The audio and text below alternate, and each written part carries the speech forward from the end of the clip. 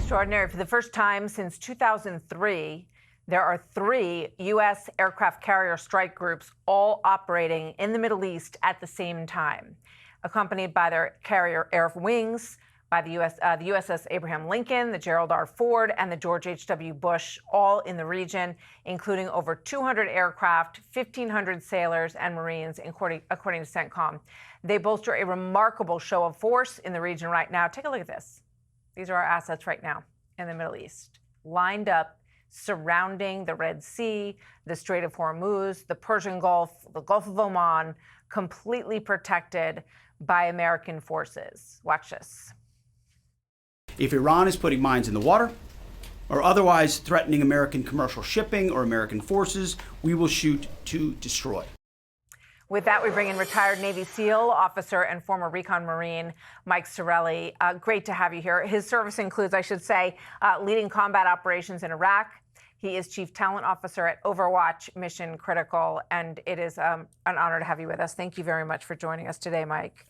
So, thanks, Martha. Mike, you wrote a piece today that was very interesting, and I think it's really important for everyone to remember what happened in 1979, the last time the United States had a defensive interaction that really did not go well when Jimmy Carter tried to send in helicopters to recover the hostages who were being held at the embassy. The legacy of Eagle Claw, how failure helped build America's elite special forces, which you became part of. So when you look at this array of forces that we have in the Gulf right now, compared to that,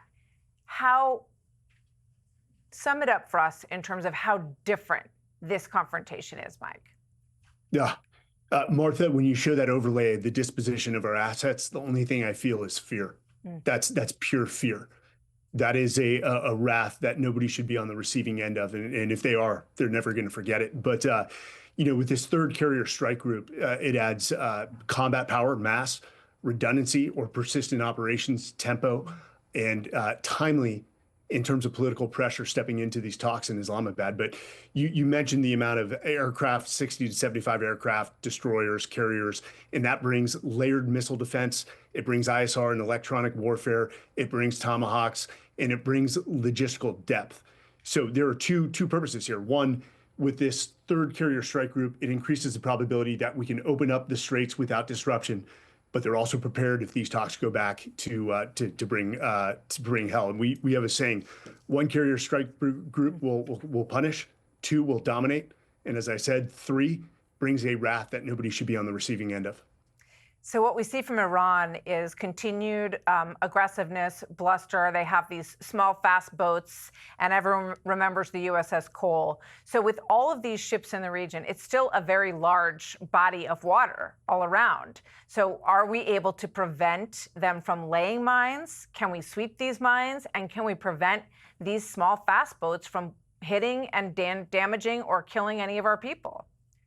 Can we? Yes. Will we? Yes. Does it take time? Absolutely. So, with the third carrier strike group, one, it allows them to sort of divide the straits, which is roughly anywhere from 3,000 to 4,500 square miles. That's a massive area. So with the persistent ISR, the ability to identify, track, and then pass off to strike aircraft to remove these fast boats, it's what we've been doing in Venezuela, which is also a large body of water. So, Trump ultimately made the very command decision to add more assets to the region to increase our probability for success, while also preparing for, reopening strikes if he makes that decision. So here's the mine types. Let's put this up to show everybody what they have been working on. And it appears they started to lay these mines in March, right after the February 28th attack.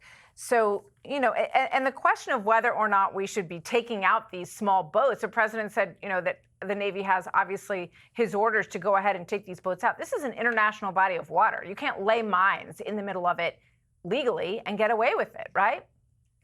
No, and the fact that the global community is not up in outrage and sending their fleets to assist the United States, that it's disappointing. But, Iran has 2 real classes of mines.